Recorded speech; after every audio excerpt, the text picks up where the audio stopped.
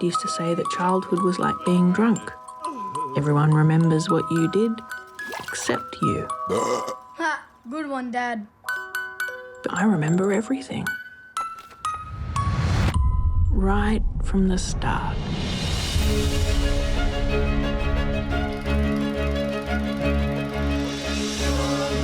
Our home. Happiness. Sadness. Perms.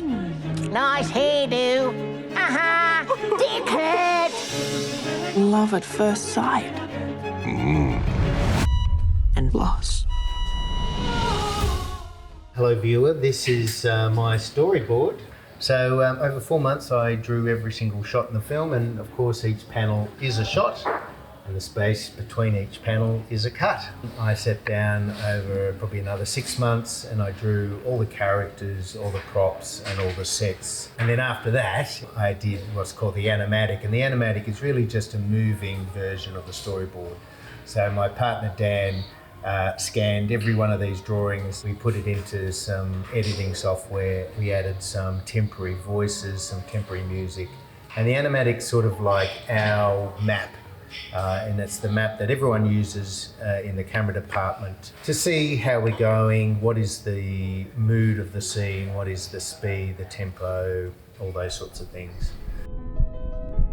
I'd always liked feeling caged in, snug and protected. It was a shock to be born premature. I was named Grace Puddle. My twin brother, Gilbert. I've deliberately tried to avoid any sort of refined look in the film.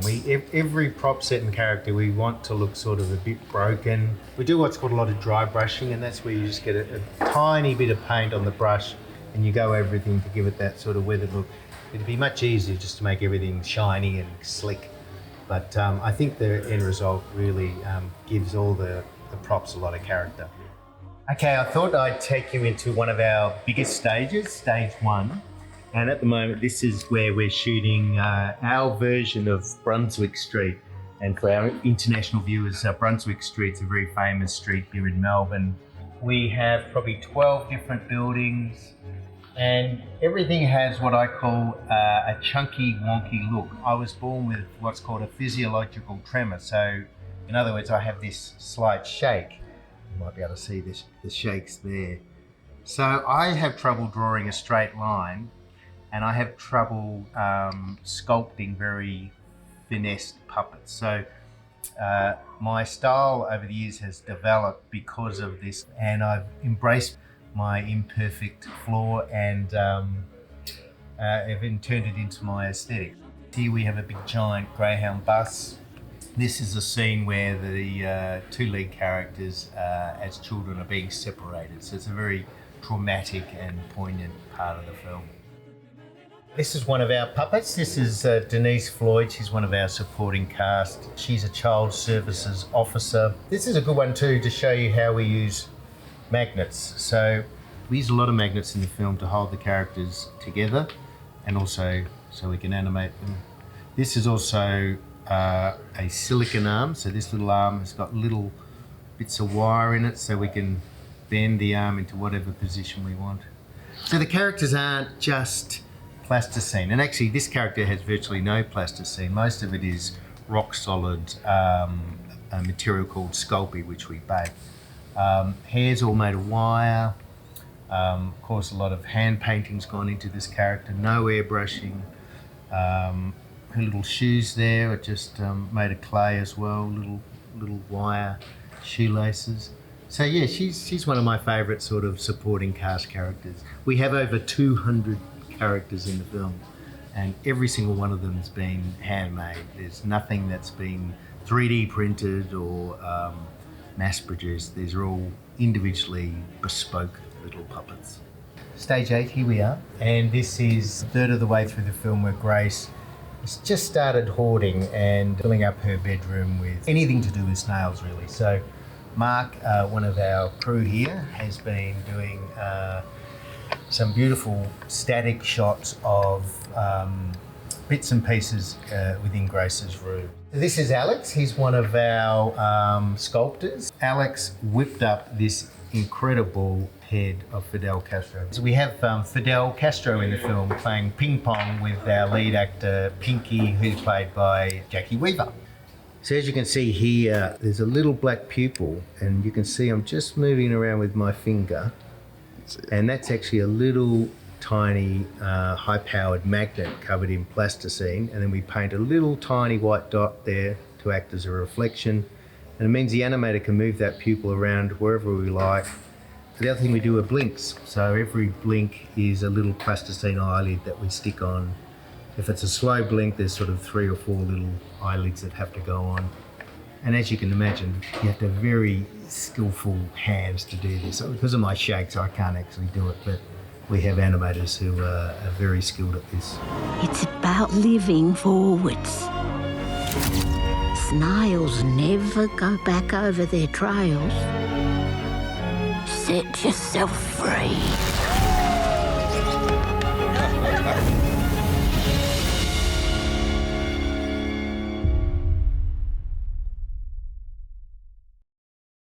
Hello, my name is Adam Elliot, and I'm the writer and director of my new feature stop-motion film, Memoir of a Snail.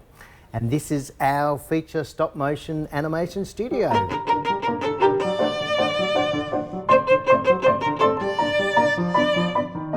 As you can see from our storyboard, we're almost to the end of the shoot. We've been going for almost 30 weeks. This film is 100% in camera. There's not one single frame of CGI, so every prop, set and character is something that you could hold in your hand. And this film, like all my other films, is for adults, and it's the tale of a very lonely woman living in Canberra in the 1970s who hoards ornamental snails. And we're very lucky to have a very eclectic and well-known cast. Our lead character, Grace, voiced by Sarah Snook. We have Jackie Weaver playing an elderly eccentric woman. We have Cody Smith-McPhee playing the twin brother of the lead, Grace. Eric Banner's playing a masturbating magistrate. We have a French actor, Dominique Pignon. He's playing a French alcoholic paraplegic mouth juggler. Last but not least, we have Magda Sabansky, who's playing the leader of a religious cult in Perth. Here we are in stage 1 of 9 stages we have here in the studio, and this is just one of probably, I think, 3,500 props we've got in the film. This is a carriage from the Luna Park roller coaster here in Melbourne, and one of our animators, Pierce, who's just off camera, is in the middle of animating this shot right now. This is one of 200 sets in the film. This is the Fair Star, the fun ship, and we've turned it into a nude cruise ship. I get asked a lot, why are my films popular? And it's a very hard question to answer, but I think it's pretty basic. It's that they're universal, and I've always had an aspiration with each one of my films, and that is to make the audience laugh and make them cry. So they're not just comedies, but they're also tragedies. And also that the characters, even though they're blobs of clay, a lot of people find them very identifiable and relatable, and there's always at least one character in my film that people find recognisable. So we're really hoping that with this film, people will really get a good belly laugh, but also relate to the character and hopefully towards the end shed a tear or two. Fingers crossed. So that's it. I hope you enjoyed our little sneak peek behind the scenes tour of our stop motion feature studio. And on behalf of our lead character here, Grace, we really look forward to bringing you Memoir of a Snail. Bye everybody.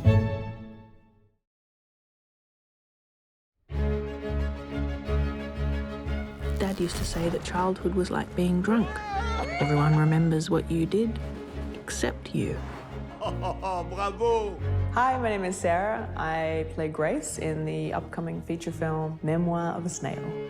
I want to say it's a sweet film, but it's also a dark film. It's about a character called Grace Puddle, although I like to call her Grace Poudel because she's a little bit French. It's about her journey through life and her empowerment and her realizing who she is. It's not your traditional stop motion. It's not for kids necessarily. I think grief and humour in Memoir of a Snail are very intricately linked. I think it's something that Adam Elliot, as a director and writer, is quite interested in. The potatoes!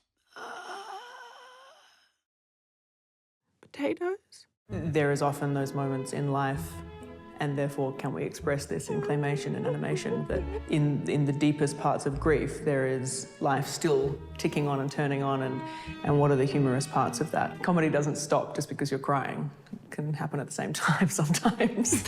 Fly, Mildred, come on, fly!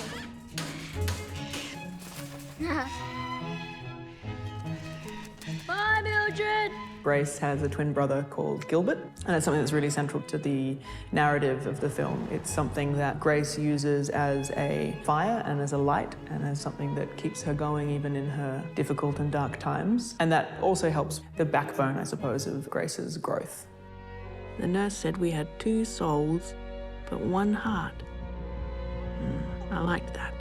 We see them in their first iterations on screen as in the womb still, and I think that sets it up to how special and intimate their relationship is.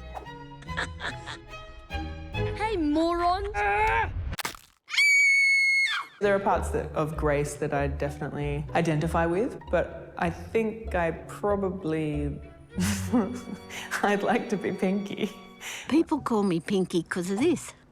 Lost at dancing in Barcelona.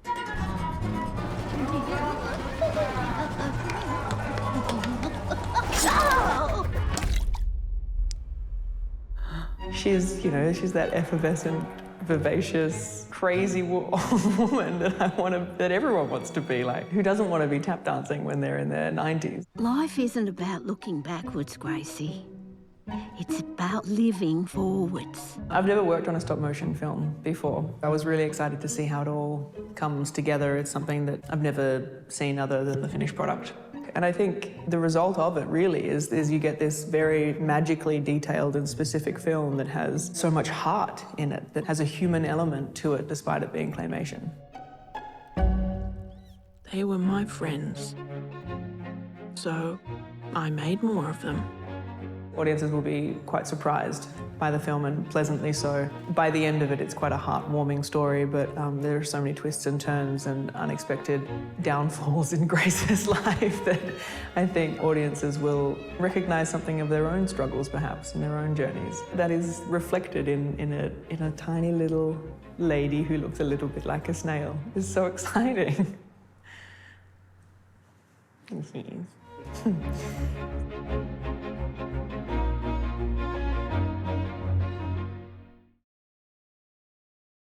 So a lot of people ask, how does stop-motion animation work? How do we create these characters to look like they're moving in real life?